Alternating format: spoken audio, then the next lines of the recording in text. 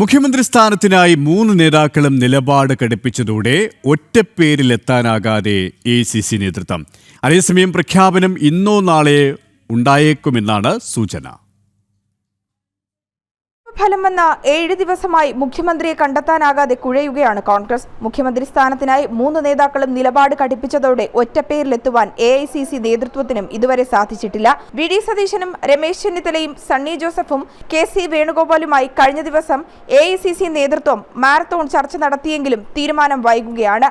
ഇനി ചർച്ചയില്ലെന്നും പ്രഖ്യാപനം മാത്രമുള്ളൂ എന്നുമാണ് നേതാക്കൾ വ്യക്തമാക്കുന്നത്.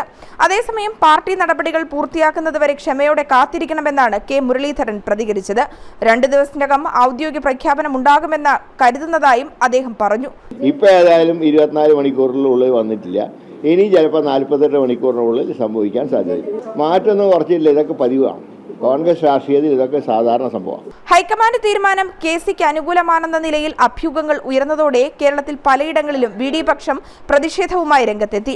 എന്നാൽ നേതാക്കളെ അനുനയിപ്പിക്കുവാനുള്ള അവസാനഘട്ട ശ്രമങ്ങളാണ് AICC നേതൃത്വത്തിന്റെ ഭാഗത്തു നിന്നുണ്ടാകുന്നത്.